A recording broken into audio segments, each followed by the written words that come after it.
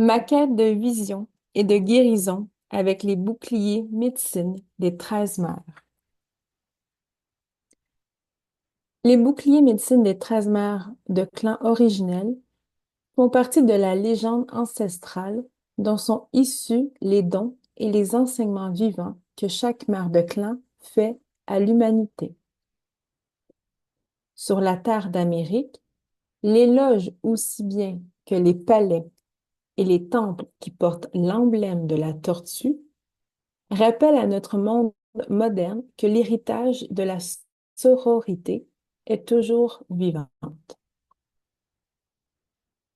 Qu'elle soit sculptée dans la pierre, comme dans les temples de la tortue des Mayas du Yucatan, peinte sur des fresques, comme dans les lieux de culte toltèques ou inca, ou encore gravée sous forme de pétroglyphes, ainsi qu'on en trouve partout en Amérique du Nord, ces figures de tortues représente notre connexion à Mère Terre et à ses 13 différents aspects.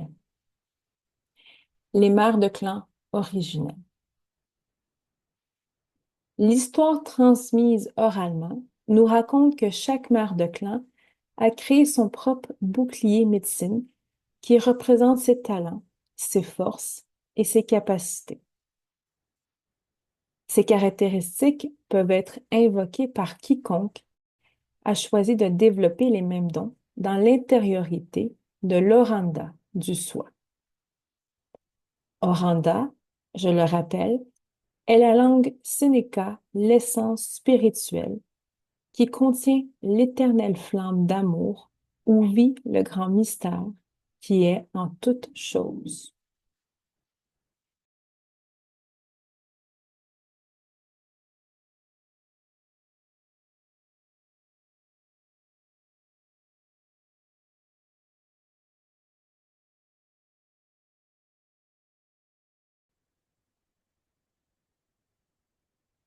C'est dans l'Oranda que demeure la lumière qui nous guide et la voix intérieure qui nous révèle notre potentiel et la plus grande de nos capacités, aimer et être aimante.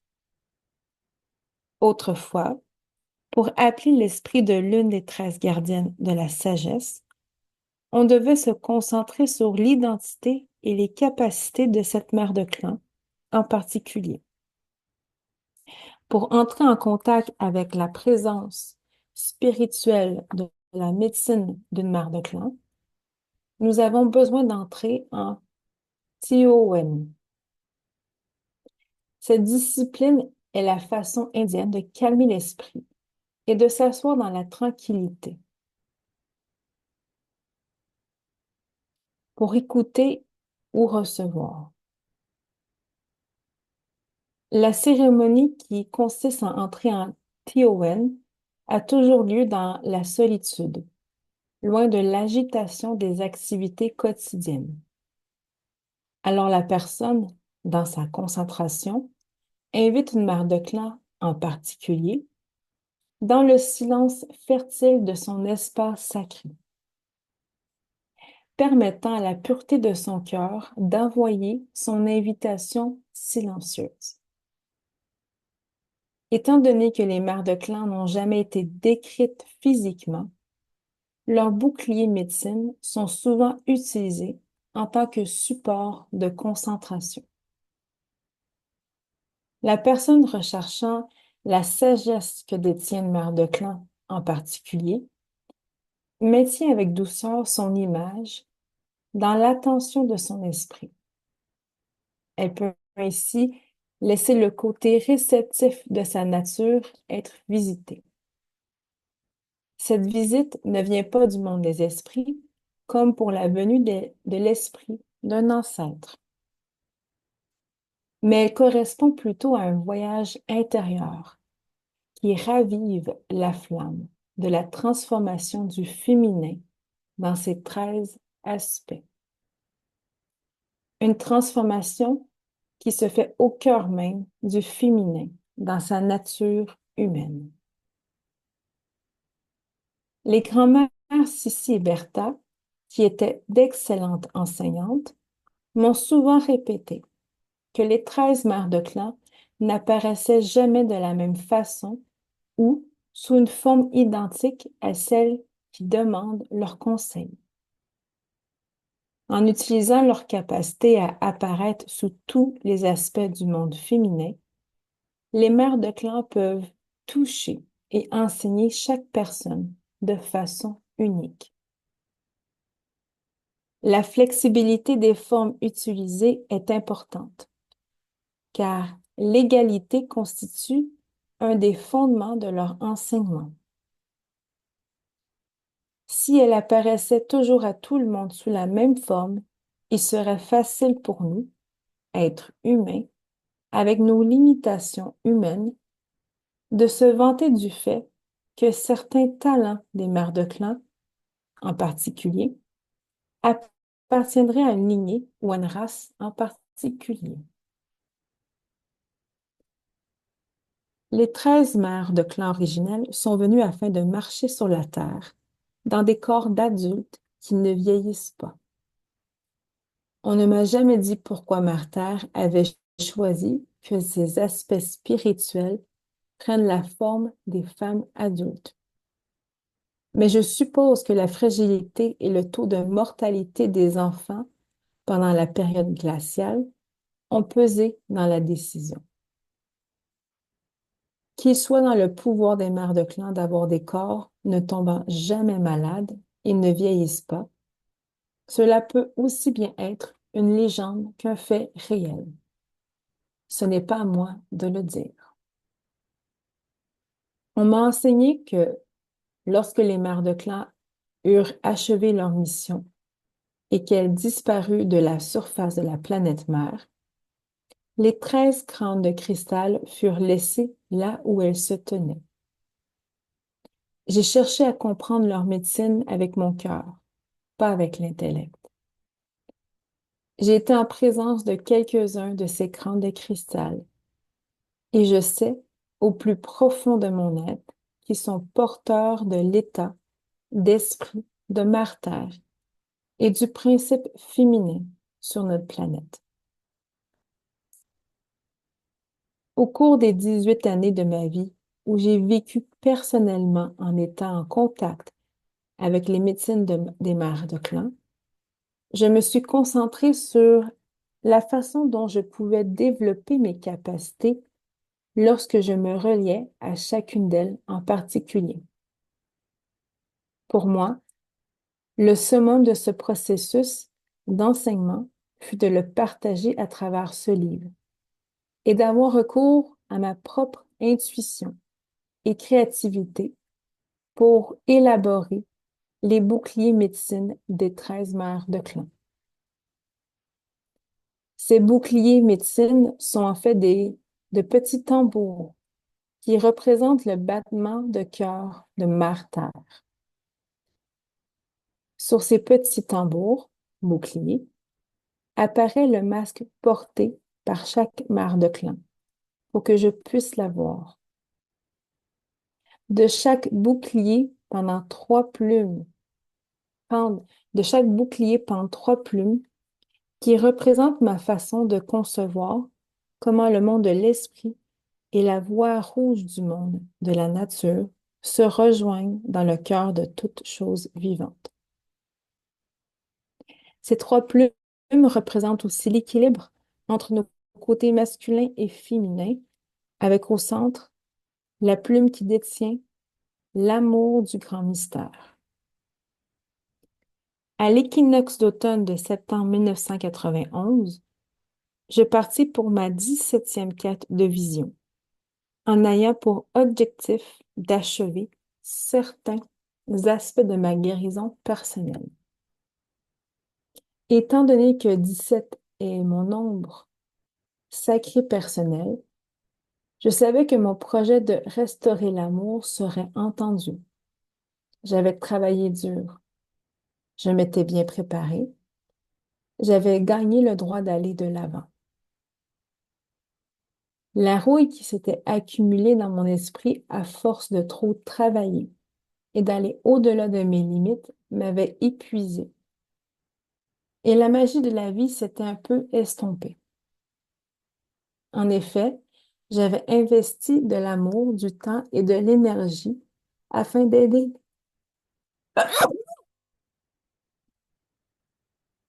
Excusez. En effet, j'avais investi de l'amour, du temps et de l'énergie afin d'aider les autres, mais je m'étais toujours fait passer en dernier. C'est pourquoi j'avais contracté le choléra en avril 1991 et une double pneumonie en mai. Mon corps hurlait, ça suffit. J'ai su alors qu'il était temps de restaurer l'amour en m'engageant à respecter mon cycle et à m'octroyer, durant le temps de mes lunes, le jour de silence que j'avais négligé, de prendre pendant mon débordement d'activité. Les lunes font référence au moment des règles.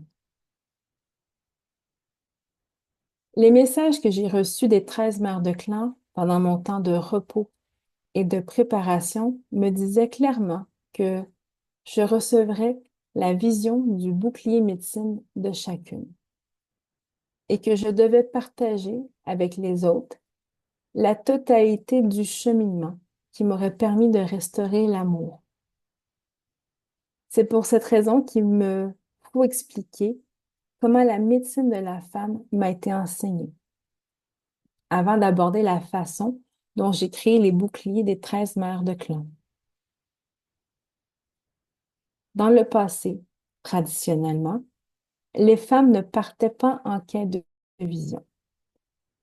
Toutefois, les femmes des loges noires partaient en quête de guérison, puisque cela faisait partie du fonctionnement de l'horloge médecine de la femme. Ce type de quête est cependant différent de la quête de vision dans la voie du guerrier, parce que les visions que détiennent les femmes proviennent de l'intérieur d'elles-mêmes, de leur utérus. Les hommes, de leur côté, ont une nature démonstrative et doivent donc chercher leur vision en s'abstenant de toute activité, de nourriture et d'eau, ou de quoi que ce soit d'autre qui pourrait leur en priver l'accès, en faisant fonctionner leur intellect. Pour aller au-delà de ces limitations, le principe actif masculin doit être contraint à rester calme. Lorsqu'il a rejoint le côté féminin de sa nature, alors l'homme est prêt à recevoir une vision. Mes aînés m'ont enseigné que les femmes souffrent suffisamment durant le temps de leur lune, de la grossesse, des contractions et de l'accouchement. Il n'y a aucune raison pour que les femmes souffrent davantage pour prouver qu'elles peuvent entrer en compétition avec les hommes, mettant ainsi en péril le trésor vivant qu'elles représentent. Aucune femme ne mettrait en danger ses enfants, et Marthe non plus. Aucune mère ne pousserait son enfant à souffrir pour prouver qu'il ou elle est digne d'amour. Le grand mystère ne demande pas davantage de souffrance ou de douleur aux femmes, quelles que soient. Elles remplissent déjà leur rôle lorsqu'elles donnent naissance aussi bien qu'aux enfants qu'aux rêves de l'humanité, permettant ainsi à leur vision d'abondance de se manifester pour les 7 générations à venir. Dans notre tradition du bison blanc, la quête de guérison soutient et protège le rôle des femmes en tant que mère de la force créatrice. Cela nécessite une année de préparation. L'année précédant sa quête de guérison, une femme observe un minimum de 3 jours de silence par mois, tous les mois, sans exception. Ces 3 jours de silence et de retrait ont lieu au moment de ces lunes, mais pas nécessairement pendant toute leur durée. Leur sang peut continuer de couler plus longtemps. Si elle est ménopausée ou si elle a eu une hystérectomie, Elle peut choisir de se retirer quelque temps au moment de la pleine lune ou de la nouvelle lune. Tout dépend de la phase de la lune qui correspond le mieux à ses rythmes personnels ou à ce qu'elle ressent.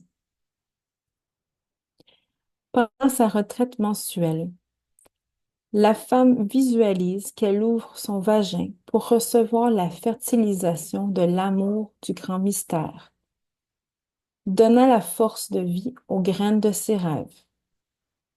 Elle s'ouvre pour recevoir la force de Martyr, qui prend soin d'elle et la régénère. Elle ouvre son cœur et son esprit pour recevoir vision et créativité.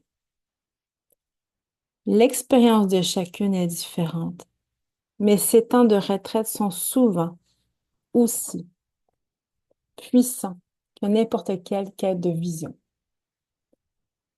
Durant cette retraite au temps des lunes, les seules activités sont celles que chacune peut réaliser d'elle-même. Pas de lecture, pas de télévision, pas de musique ou de paroles enregistrées.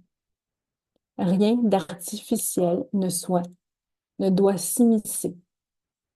Il est bon de chanter, de jouer du tambour, de danser, de rendre grâce, de faire de la poésie, de créer ou d'avoir une pratique artistique, mais se remplir d'autre chose que de son expression personnelle, de la louange et ou de ce qu'on reçoit serait contre-productif.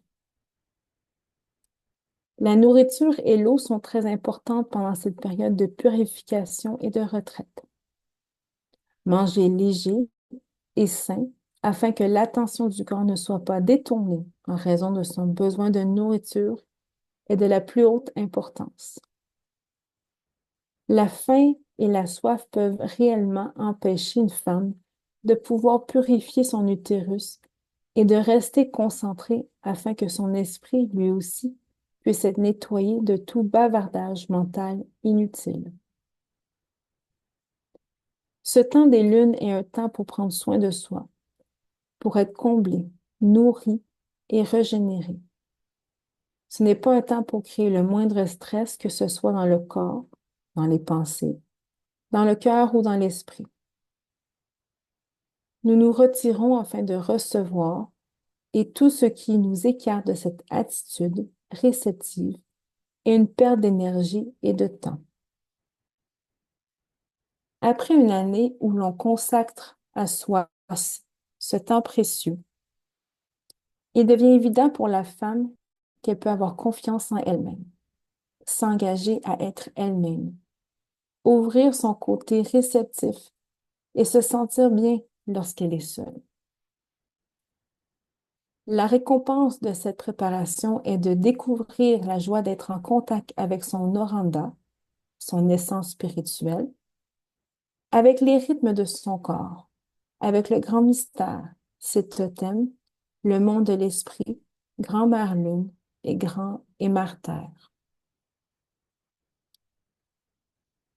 La façon de mener une quête de vision ou de guérison destinée aux femmes qui m'a enseigné consiste à ne jamais déconnecter une femme des éléments féminins qui sont l'eau et la terre, puisque les femmes sont réceptives par nature. Le rôle de la femme est de prendre soin, de recevoir et de donner la vie. C'est pourquoi dans une quête de guérison, nous devons prendre soin de toutes les parties du soi, recevoir des visions et donner naissance à ses rêves.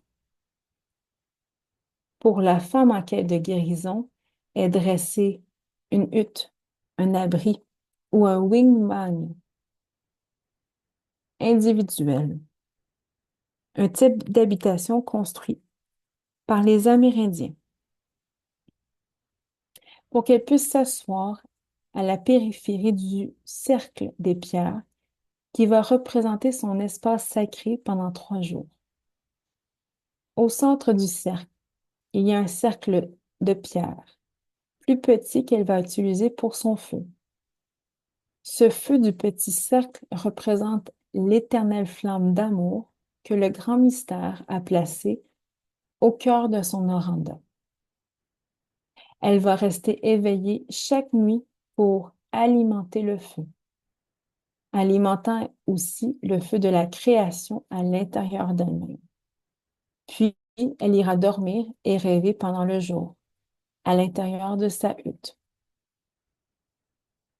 On donne à une femme en quête de guérison de l'eau distillée ou de l'eau de source pour maintenir la hauteur des vagues de ce qu'elle ressent. Les hautes vagues de ses sentiments apportent les messages qui lui transmet son intuition et disposent son vagin humide à recevoir ces visions, leur donnant ainsi la vie. De la même façon que pendant le cycle de fertilité, l'utérus a concentré les tissus et l'eau pour offrir le meilleur environnement possible à une fécondation. Le corps tout entier est soutenu et stimulé dans sa quête par l'eau que la femme boit. Le manque d'eau dans le corps d'une femme peut la couper de ses éléments féminins naturels. La déshydratation peut aussi créer des hallucinations qui nuisent aux graines de vision qu'elle porte, les desséchant avant qu'elles ne puissent éclore. Toutes les graines ont besoin d'eau et de terre pour germer. Il en va de même pour les graines de rêve de l'humanité, qui ont besoin de ces éléments à l'intérieur du corps d'une femme pour aller jusqu'à leur terme. Sissi et Bertha insistaient aussi sur les galettes de maïs qu'il fallait manger durant cette période de 3 jours. Manger 2 galettes de 15 à 20 cm de diamètre durant la journée gardait la chaleur du corps pendant la nuit et représente l'élémentaire dans le corps. Si on ne trouve pas de galettes, du pain de maïs ou des petites tortillas à base de maïs faites maison feront l'affaire. L'eau et le maïs ne distraient pas la femme de son projet de quête de guérison, mais soutiennent au contraire son organisme en sorte que les 4 chefs de clan de l'air, de la terre, de l'eau et du feu soient présents à l'intérieur de son espace sacré. Dans son cercle de pierre, il l'assise dans sa quête. La femme respire l'air, nourrit le feu, bénit son corps avec l'eau et s'assoit sur la terre et mange le maïs pour nourrir sa propre fertilité, les grains ou les graines du futur. Après 3 jours et 3 nuits à exprimer sa gratitude, chanter, rêver et recevoir sa vision, la femme qui poursuit sa quête termine son voyage en ouvrant la pierre à l'est de son cercle, tout en prononçant les prières finales de remerciement et retourne au camp. C'est un honneur pour celles du camp qui ont prié pour sa réussite de se rendre alors au cercle sacré de leur ami pour en rapporter sa couverture, son tambour et les autres choses de sa hutte. Pendant qu'elles vont remettre en place ses affaires, la personne médecine qui a veillé sur l'énergie de la femme lorsqu'elle était dans sa quête sur la colline, l'accueille avec des fumigations.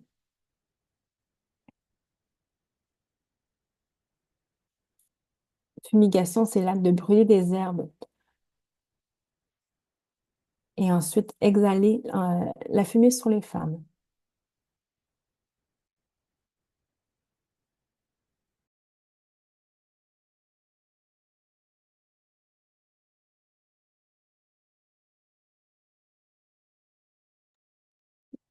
Fumigation de sauge et de cèdre. Pendant que les autres femmes s'en vont remettre en place ses affaires. La fin du processus de la quête de guérison est personnelle et dépend des préférences, des habitudes et de la tradition de la personne médecine qui y participe. L'ensemble de ce processus qui consiste à prendre un temps de silence chaque mois au moment des lunes pendant une année et à l'achever par une quête de guérison, consiste un engagement majeur envers le soi qui rend toute femme capable de recevoir de Mère Terre la même qualité de guérison et de soins que ceux qu'elle donne aux autres. Inutile de dire que ce type de médecine de la femme apprend aux femmes à se considérer avec honneur et à s'aimer elles-mêmes. Elle leur enseigne aussi leur rôle dans la vie et comment restaurer la magie du féminin.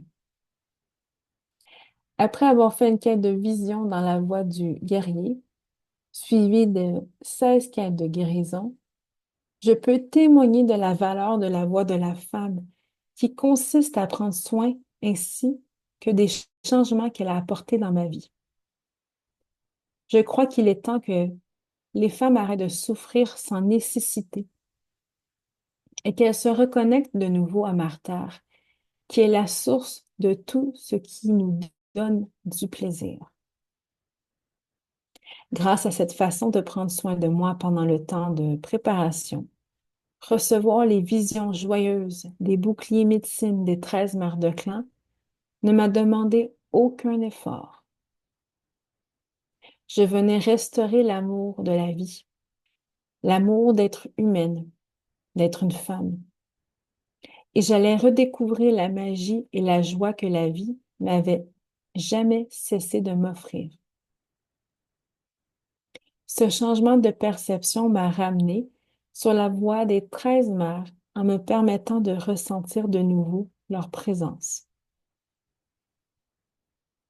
Nous venons des os de nos ancêtres, disait la voix de grand-mère Sissi dans ma mémoire.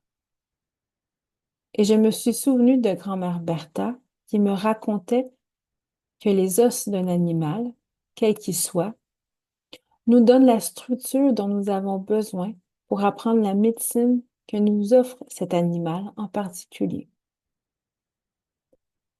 J'utilise des ossements d'animaux pour fabriquer des poupées d'esprit, semblables aux figurines Kashina.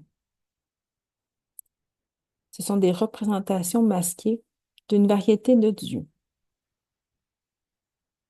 Des ancêtres qui viennent à moi dans leur vision.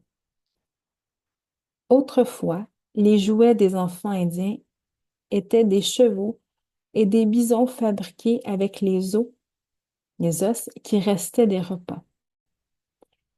C'est la raison pour laquelle j'ai décidé de renouer avec cette forme d'art traditionnel.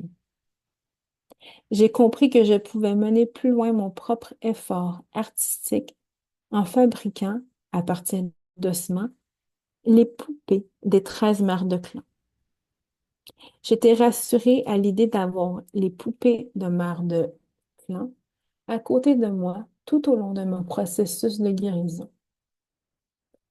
Les 13 mères de clan sont venues à moi une à une, tandis que je leur donnais forme en fabriquant leurs poupées. En cheminant dans les montagnes et les vallées du nord du Nouveau-Mexique, j'ai trouvé la plupart des ossements dont j'avais besoin. J'ai négocié les autres. À partir de vertèbres sont venues les formes dont j'avais besoin pour représenter le masque de chacune des mères de clan, afin qu'aucune étiquette ne puisse être posée sur leur identité. Après la confection de 6 ou 7 poupées, les esprits des mères de clan m'ont indiqué comment fabriquer leur masque en os et les fixer sur chacun des boucliers. Chaque bouclier représente la médecine d'une mère de clan en particulier, avec le visage ou le masque qu'elle m'a montré et qui porte le mystère de sa médecine. Ces boucliers médecine sont devenus la carte personnelle que j'utilise pour me relier aux 13 mères de clan originelles, ainsi que le support de concentration que j'utilise pour les entendre avec mon cœur. À chaque fois que grand-mère Nisa, la lune, devenait pleine, je recevais le cadeau d'un nouvel élément de la beauté de la féminité, qui guidait mon parcours personnel dans la guérison. Lorsque nous saurons voir la beauté à l'intérieur de nous et aurons intégré toutes les leçons de la féminité, nous serons personnellement investis de la protection et de la force de ces 13 boucliers qui protègent la sororité. À ce stade-là, nous serons devenus nos propres visions, ayant achevé les 13 cycles de transformation. Notre prochaine étape sera de créer de nouveaux chemins de vie pour l'humanité et de nouvelles cartes pour pouvoir les explorer. En apprenant à utiliser notre créativité de guérisseuse, ayant été guéris sans gaspiller notre force créatrice intérieure, comme nous l'avions fait avec nos anciennes limitations. Nous ne créerons pas seulement à partir de la joie en nous, nous exercerons aussi notre droit à créer sans effort. Lorsque le combat des humains, leurs souffrances et leurs douleurs auront été transmutés jusqu'à ce que toute vie sur cette planète soit guérie, alors les intentions et les missions des 13 mères de clan originelles réunies deviendront réalité.